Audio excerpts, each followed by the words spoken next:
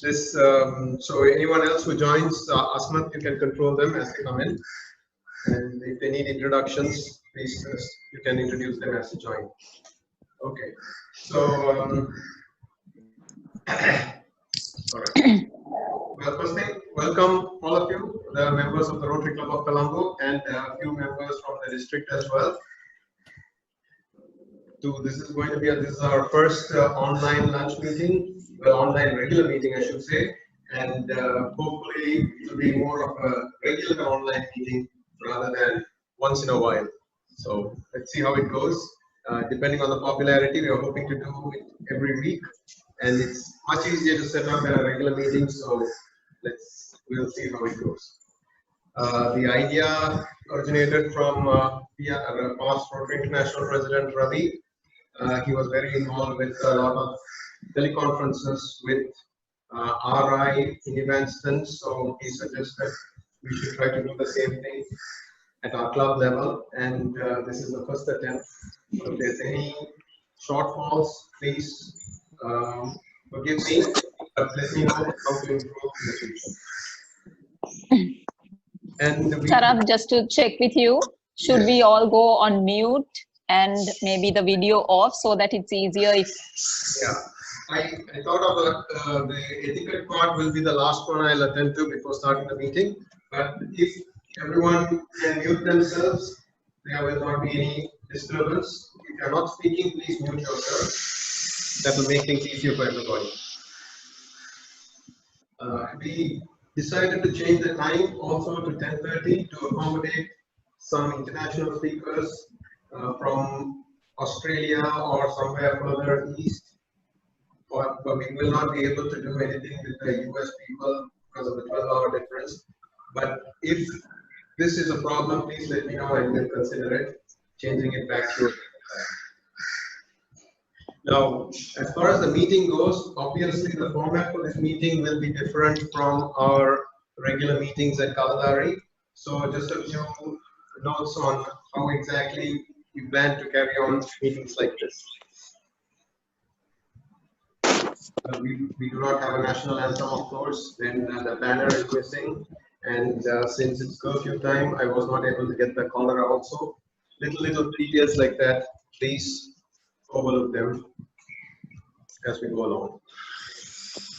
Now, the plan is to stick to basics, and the agenda is going to be very simple for today's meeting. I'll share the agenda with you. Okay, so it's very straightforward. The welcome address, of course, explaining the meeting, things like that.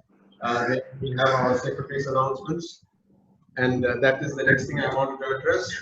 If anyone who is not aware, our secretary has undergone bypass surgery, and she is in recovery right now. So she will not show for at least another month or two. I was hoping she'll join us for this meeting, but it does not look like she's up to joining that also.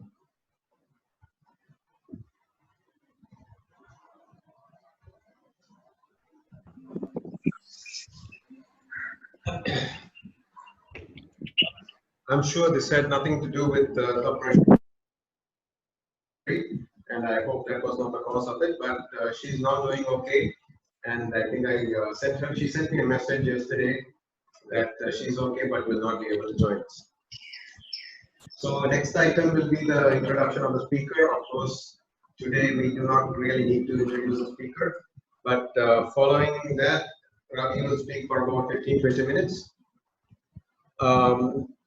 And this is regarding the new COVID-19 project that has been initiated to help the MRI buy some equipment. Now, when Ravi finishes his speech, which will be about 20 minutes, we go to Q&A, and this will be handled by Asma. And basically what we propose to do is, anyone who wants to ask a question, please enter it in the chat window. I hope everybody found their chat window. If it's not open, it's the middle button at the bottom of your screen. And after Ravi finishes, Asmat will collate all the questions and he'll try to make them interesting. He will read the questions out. If there are any clarifications needed, please unmute yourself and you can clarify the question as needed. We will have time for about 5 or 6 questions, so try to keep these questions as brief as possible. Now, going to etiquette and how to manage your screens.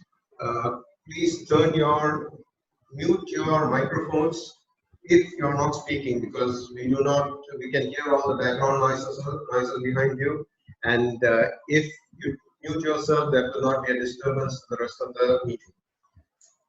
And as far as video goes, turn it off if possible, because that will save bandwidth, but this is not necessarily a hard and fast rule.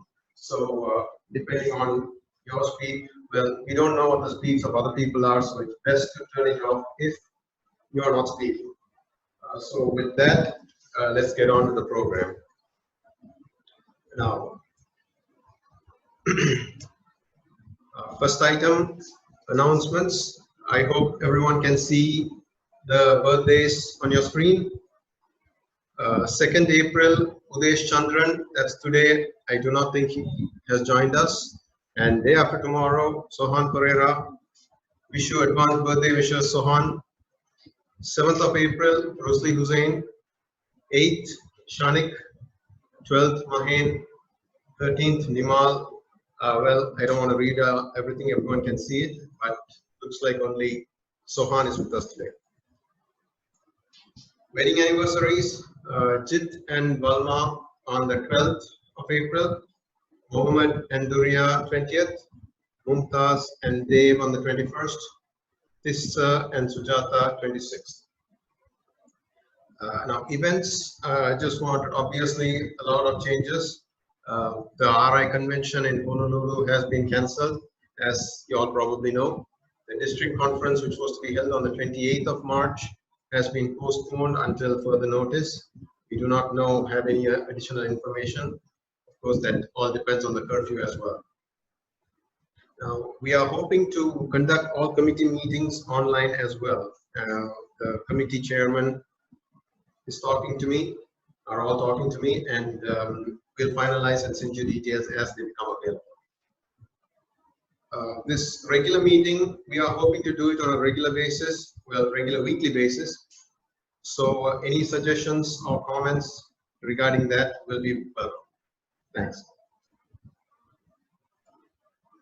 Now, the next item is Ravi's speech. I do not think I really need to introduce him a hell of a lot, but Ravi will be the chairman of the TRF committee next year, and he is heading a project on the COVID-19, providing equipment to the MRI to combat the COVID-19 problem we have right now. Ravi, over to you, please.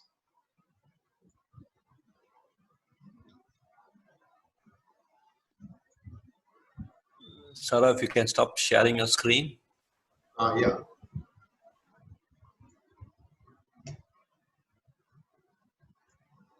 Okay.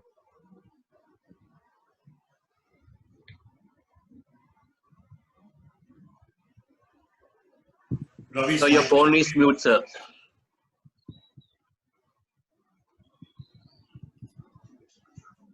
Ravi, are you there?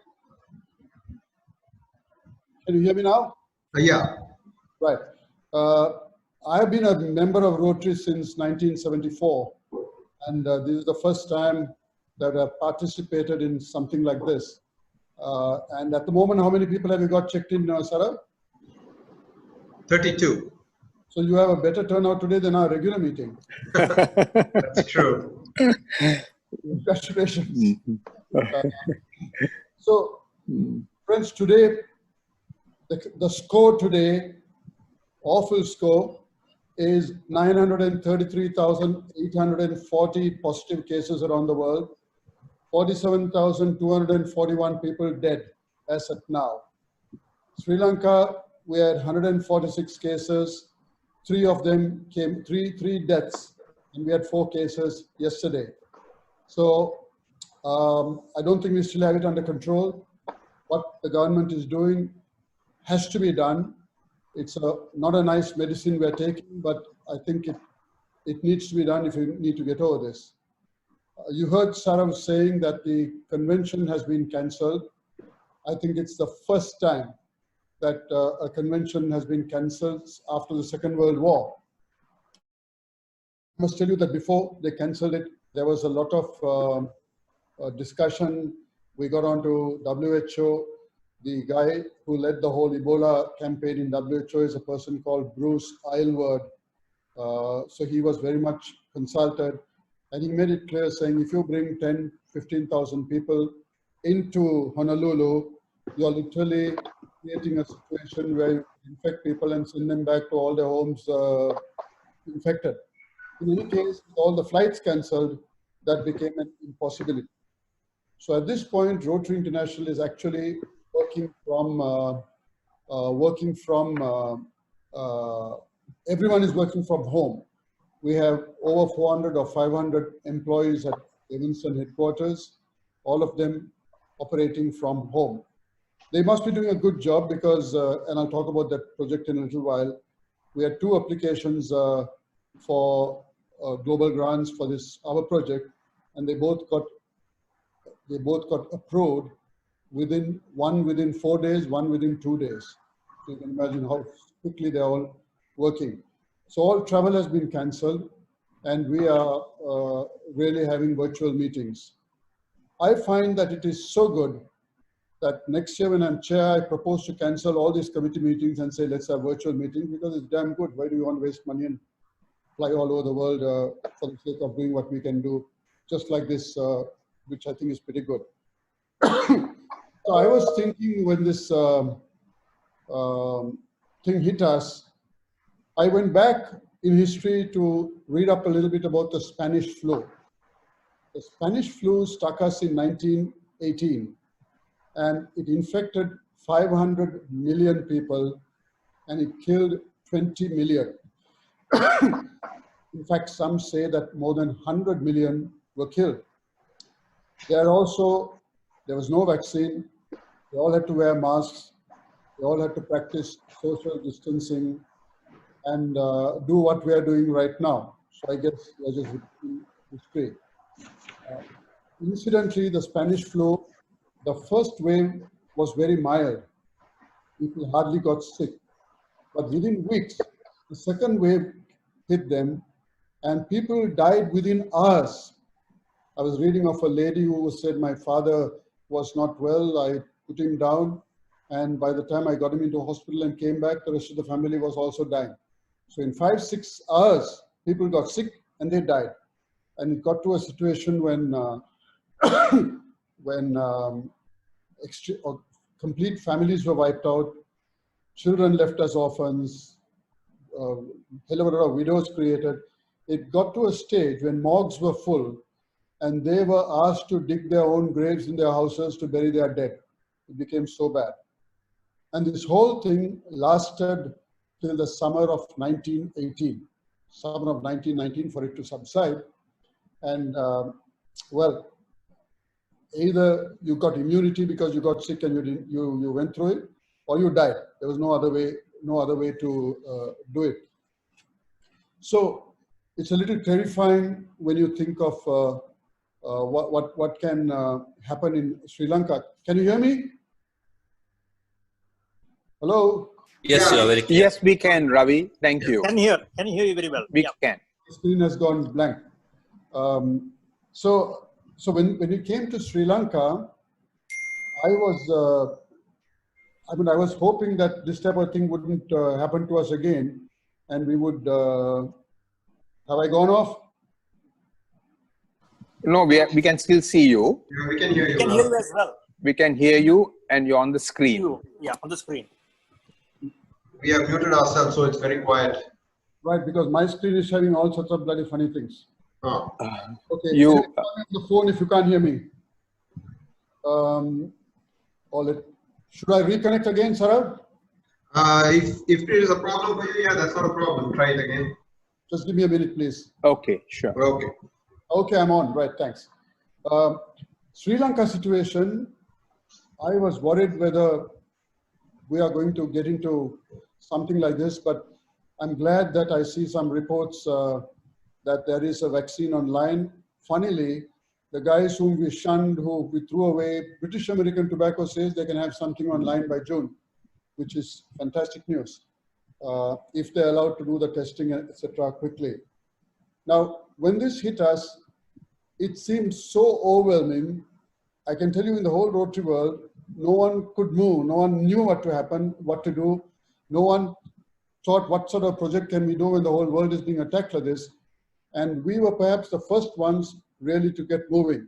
Now, of course, the rest of the world has moved in.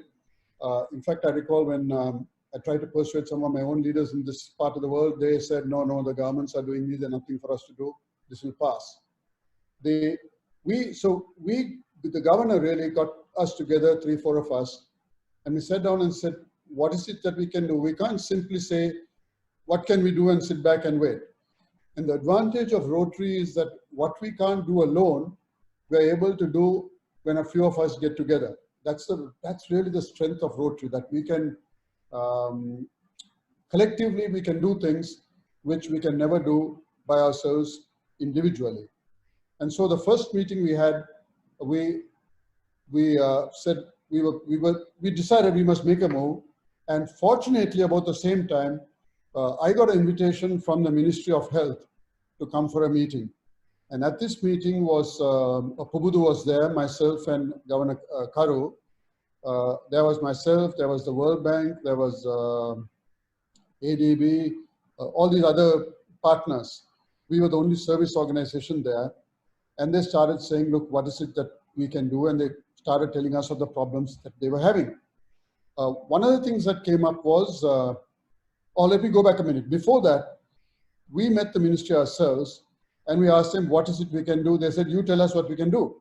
So I said, all right, we can give you material for your publicity, posters, stickers, whatever you want. They said, great, we'll take so much, and we supplied them quickly, some couple 100,000 of those posters and stickers. Then they said, we want our software and hardware upgraded so that we can, our publicity division can reach people. So we did that also. We upgraded it, we gave them new computers, we got our people to work on their software, built in the software they needed, and brought them up to scratch. They, of course, were looking for very, very advanced equipment, and we told them, you really don't need this. This is what a television station needs. What we are giving you is good enough.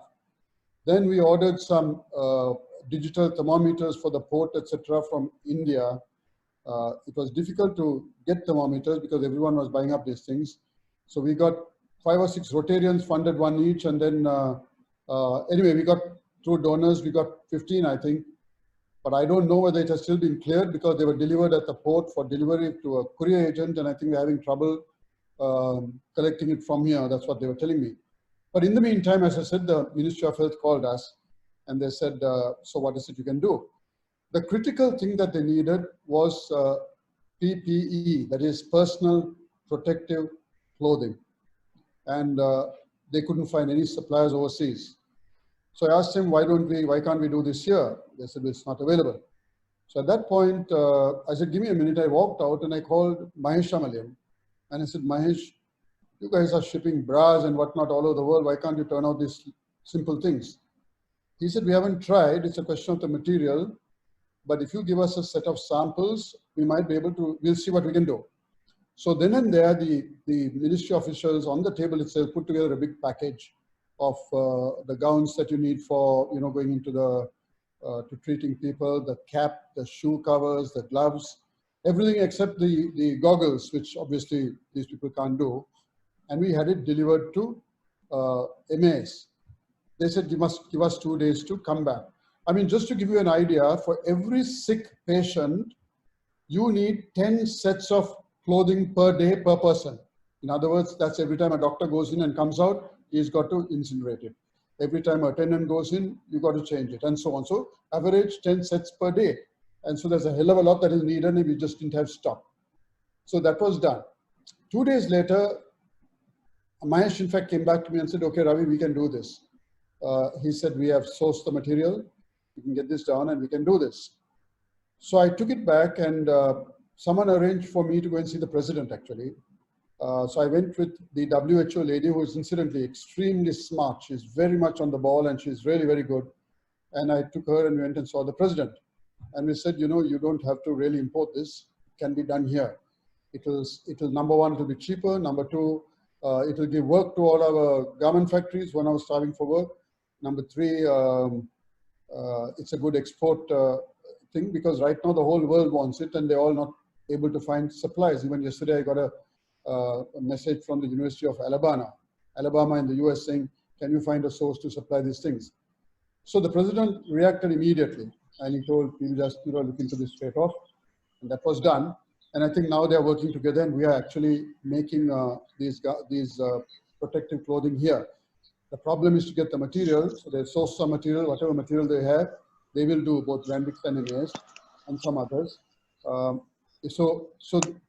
think it will become a regular feature in future that we can produce it ourselves, and maybe there will be an export market also. But in the meantime, Rotary was wondering what is it that we can do more substantial. Now, we had a lot of requests coming from provincial hospitals, from ambulance people asking for protective clothing, some for ventilators, most of all people asking for test kits, because to test this COVID-19, we had a number of machines here all over the country, because the machines also used for other things like flu and so on, but no test kits. So we decided that whatever we do, we would like to do it with the Ministry of Health, and in one single place where there is substantial impact and Rotary gets some mileage out of it. And in talking to them, they gave us 4 or 5 pages of stuff that they needed running into billions. We picked the MRI because MRI is our principal research agency in this country and they do it free. And we said, if we can upgrade these guys to something good, we must look beyond this COVID-19 and set ourselves up to deal with these situations even in the future. We should never get caught with our pants down. And so in speaking, we arrived at this project where we will give them a nucleic acid extraction and PCR system. Now the current system that we have takes about 6 to 8 hours to give you a positive or negative test, all the machines that are here. The one we are looking at is completely automated and give you an answer in 2 hours. It means you're not only quadrupling the output, but you're also making it very safe for people who are handling it, because the whole thing is automated. You wear gloves, you put the swab or this nasopharyngeal thing where they take this thing out of your nose, and it just picks it up and that's it. The reading comes out in 2 hours, which makes it extremely safe. And we also said we'll put in all the other equipment, which will not only automate the whole process, that is the next step where the reagents are mixed, the autoclaves where it is cleaned up and washed up, the biochemistry analyzer, which not only this will also look at liver functions, kidney functions, because all these people, you need to check all this in their system. So we said we'll put in all this system so that you have a world-class unit here, and most of all, it gives complete safety to our people.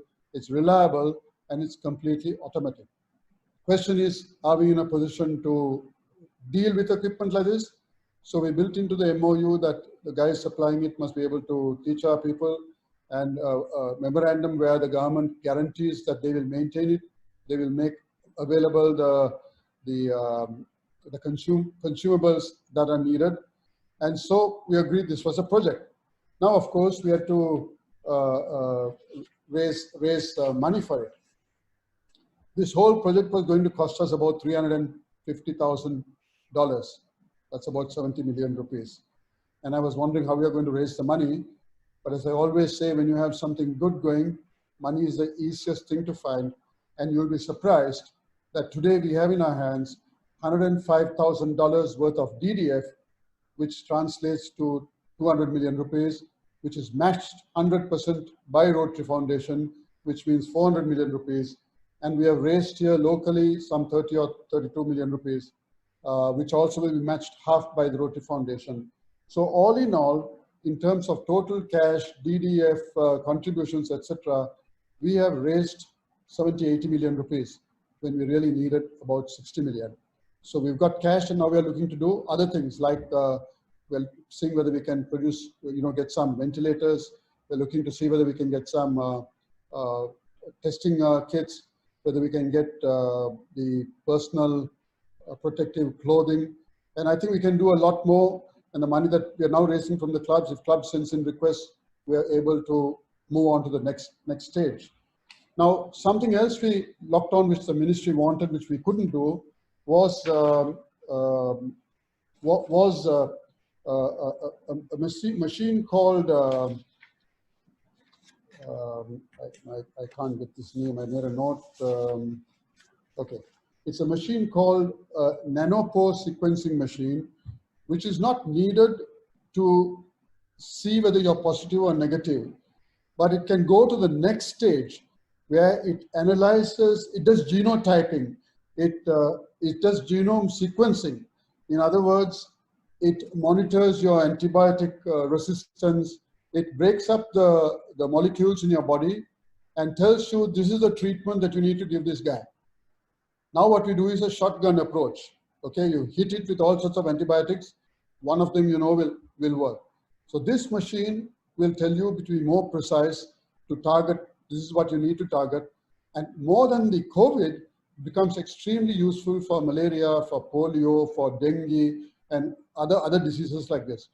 And you'll be surprised, at the moment, we are spending ₹1 million a month only on couriers sending to Hong Kong and India to get these things approved.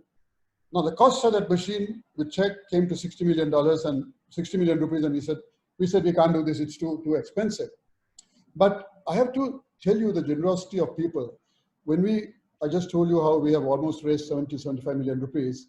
Out of that, I had to thank Chandima and his group, Mano Selvanathan, they came up with 15 million rupees as a contribution. Then we had the Lebara group, which came up with 5 million. We had someone else who gave us 3 million. And lots of the big clubs have given ₹1 million each or more. I think Colombo West was almost 3. We have totted up about 1.5 and still going up. And lots of other clubs with ₹1 million each. Sushena gave ₹2 million. So there's been lots of generosity. So when we went with this machine, 60 million, we said we can't do this. Then we said, why don't we talk to someone else and see whether they could come in. And Dilma came in and said, okay, we'll fund the whole thing, 60 million bucks. So that was great. So now we went back and said, okay, we're willing to fund this working with so-and-so, they'll give you the money direct. But do we really need this? And then we consulted WHO, we went to experts in Hong Kong, we went to experts in Singapore, and we found really that we can get a lower, it's like getting a Rolls Royce when you can do with a BMW. So we said, let's go with the BMW machine, which means the price comes down by almost half. And the rest of the money, Dilma has agreed to use it for test kits and for protective clothing, which is desperately needed. So that, my friends, in sum, is the project. Now we'll place the orders. I must tell you, Rotary Foundation approved this in 2 days. One application they approved in 4 days, one in 2 days. I've never seen them work so fast. And we are now ready to place the orders. So we have got a committee consisting of Pubudu and Thea and the governor who are doing the due diligence to get the best price from suppliers, to negotiate good rates, talk about shipping. The other problem we have is we are worried whether the countries will stop export of these machines, because a lot of the countries are not allowing these machines to be gone out. So they're going through all that process, and hopefully by Friday, we'll have all these equipment ordered and done. So for the moment, we're looking good. I sent out an interim report to all of you all. I hope you read it. It's very detailed, and we want to be as transparent as possible. Ernst & Young have agreed to do all our accounting free of charge. We've done the day-to-day accounting, has also been handed over to some other company. So I've asked that no members even sign a check. When you're dealing with big money, you have to not only be transparent, you've got to make sure that we are very, very professional in this. Because 6 months later, some guy like our good friend, old good friend, will write some letter and we have enough and more headaches. So that, my friends, is my 15 minutes is up, and that in essence is our project. And I'm of course free to answer any questions that you want.